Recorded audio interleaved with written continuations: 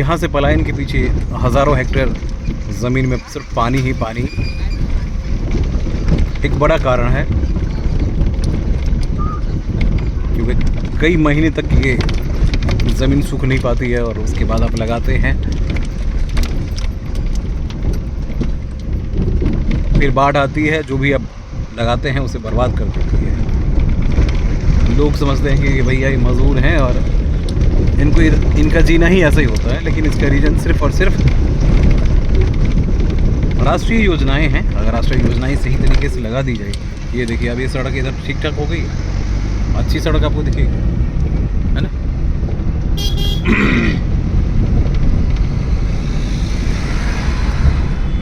बोली हमारे साथ है, बोली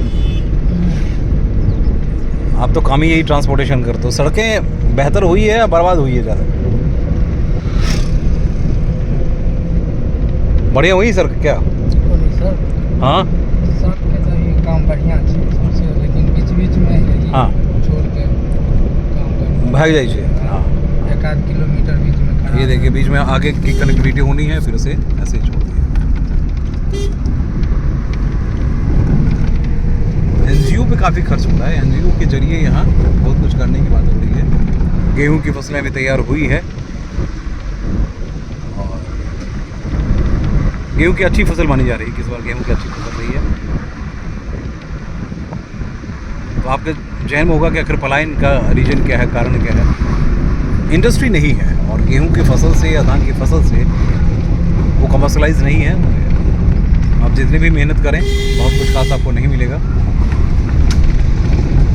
आप सिर्फ अन्न से पेट नहीं भर सकते, अन्न से मतलब खाना खा सकते हैं, दूसरी ज़रूरतें जो है वो इनसे पूरी नहीं होती हैं।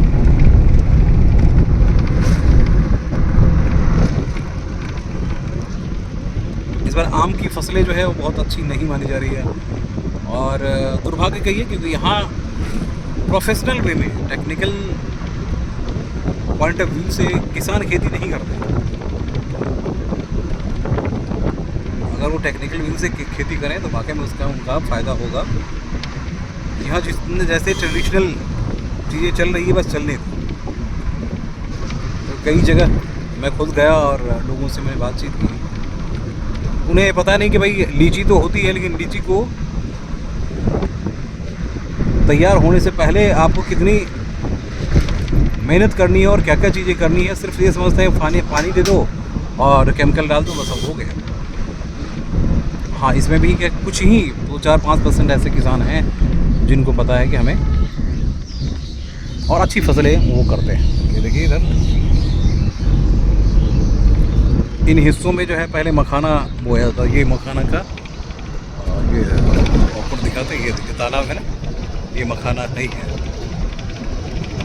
मखाने की खेती की गई है और ये प्रॉपर वे में मखाने की खेती की गई है, क्योंकि अब इसकी कीमत बढ़ने लगी है ना। पंचायत भवन रमौली, गुजरौली, प्रखंड बहेरी, जिला दरभंगा, ये दरभंगा जिला है। और जब बाढ़ के समय में या बारिश के समय में आएंगे तो यहाँ सिर्फ आपको पानी ही पानी नज़र आता है। तो यहाँ के किसानों को सिर्फ एक ही फसल, या गेहूँ या मक्के। अगर बाढ़ के दिनों में अगर इन्होंने फसल लगा भी दी तो उसकी गारंटी नहीं है कि वो फसल तैयार हो पाएगी, धान की फसलें तैयार हो पाएगी, है ना। सड़कें अच्छी बनी है और केंद्र सरकार की योजनाओं को बहुत बारीकी से उस पर काम हुआ है। ऐसा जिससे बात करेंगे आपको ज़रूर बताएंगे। स्टेट गवर्नमेंट के पास रिसोर्सेज की कमी है, योजनाएं बहुत सारी बनी हैं।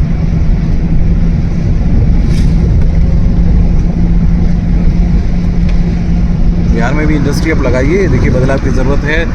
और सबसे अच्छी बात यह है कि कोसी परियोजना से लेकर तमाम सारे